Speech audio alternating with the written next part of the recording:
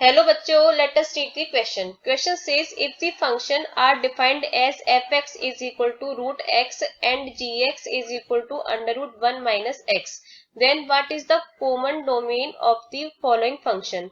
F plus g, comma f minus g, comma f upon g, comma g upon f, comma g minus f, where f plus minus gx is equal to fx plus minus gx, comma f upon g x is equal to f x upon g x. तो इसके लिए हमें क्या क्या options दे रखे हैं। Option A, zero is less than equal to X is less than equal to one, zero is less than equal to X is less than one. Option C है zero is less than X is less than one, and option D zero is less than X is less than equal to one. तो आइए इसके लिए हम पहले की concept को समझ लेते हैं। की कंसेप्ट, तो इसके लिए की कंसेप्ट क्या हो जाएगा, हमें यहाँ पे डोमेन पूछा गया है, तो डोमेन की डेफिनेशन क्या होती है। डोमेन की डेफिनेशन होती है the set of all real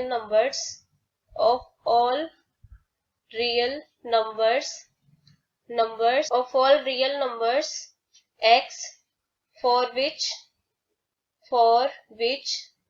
function F x exists, मतलब ऐसे रियल नंबर का सेट जिसके लिए कि फंक्शन एग्जिस्ट करता है, मतलब इनपुट वैल्यूज होती हैं जिनके रखने पर हमारा फंक्शन एग्जिस्ट करे, तो वो उसका डोमेन कहलाता है। तो अब हमें क्वेश्चन में यहाँ पर कुछ फंक्शंस दे रखे हैं, जैसे कि f प्लस जी, एफ माइनस जी, एफ अपॉन जी, जी अपॉन एफ और g माइनस एफ।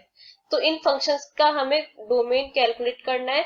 उसके बाद में हम इन सभी का इंटरसेक्शन निकाल करके कॉमन डोमेन कैलकुलेट कर लेंगे। तो इसके लिए हमें फंक्शन क्या दे रखे हैं, F x is equal to root X दे रखा है और G x is equal to under root 1 minus X दे रखा है। तो इसको ले लेते हैं। तो यहाँ से ये हो जाएगा, सबसे पहले f x is equal to root x, g x is equal to under root 1 minus x. तो यहाँ से f प्लस जी क्या हो जाएगा, इन दोनों को ऐड कर देते हैं, root x plus under root 1 minus x. अब डोमेन क्या होता है, ऐसी इनपुट वैल्यू जिस पर की फंक्शन एग्जिस्ट करता है।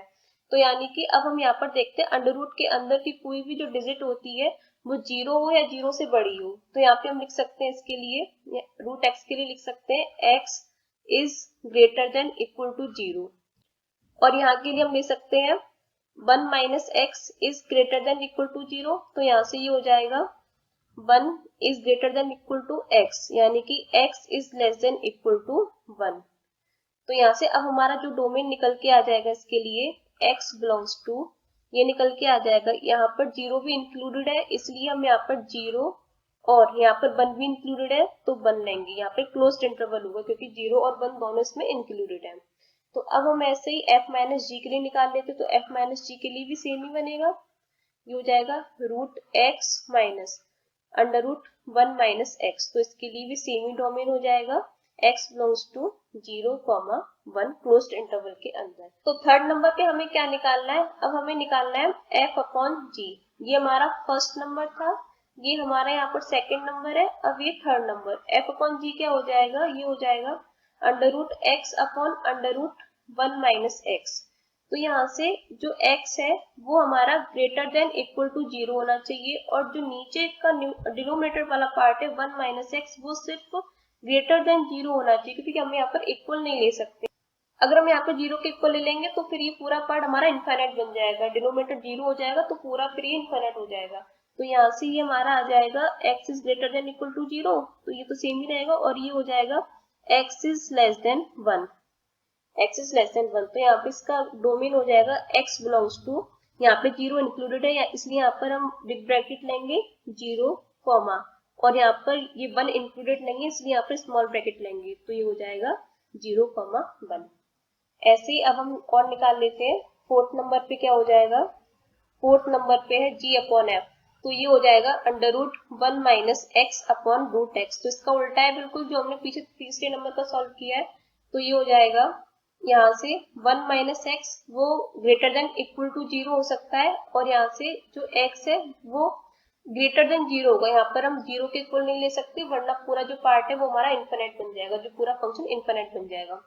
तो यहाँ से ये हो जाएगा x is less than equal to 1, तो जो हमारा डोमेन होगा वो आ जाएगा यहाँ से यहाँ पर हम छोटा वाला ब्रैकेट लेंगे 0 कॉमा, यहाँ पे बड़ा ब्रैकेट लेंगे क्योंकि यहाँ पे 1 इंक्लूडेड है, तो ये हमारा डोमेन हो गया। फिफ्थ नंबर पे हमें निकालना था g माइनस एफ, तो जैसे हमने f माइनस जी निकाला वैसे हम g माइनस एफ निकालेंगे, दोनों की वैल्यू सेम आएगी।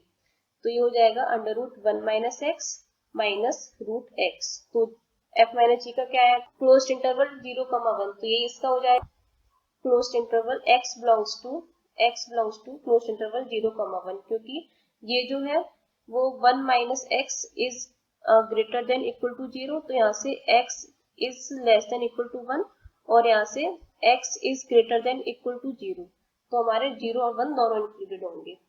तो ये हमारे पांचों पॉइंट्स निकल आए। अब हमें सब में कॉमन डोमेन निकालना है, तो कॉमन डोमेन क्या हो जाएगा, कॉमन डोमेन हम सबका इंटरसेक्शन ले लेंगे, तो ये हो जाएगा पहला था 0,1 क्लोज्ड के अंदर, दूसरा भी था इंटरसेक्शन 0,1 क्लोज्ड के अंदर, तीसरा था हमारा पहला क्लोज्ड दूसरा ओपन, पहला क्लोज्ड दूसरा ओपन, चौथा है हमारा 0,1 पहला ओपन दूसरा क्लोज्ड, और पांचवा है हमारा 0,1।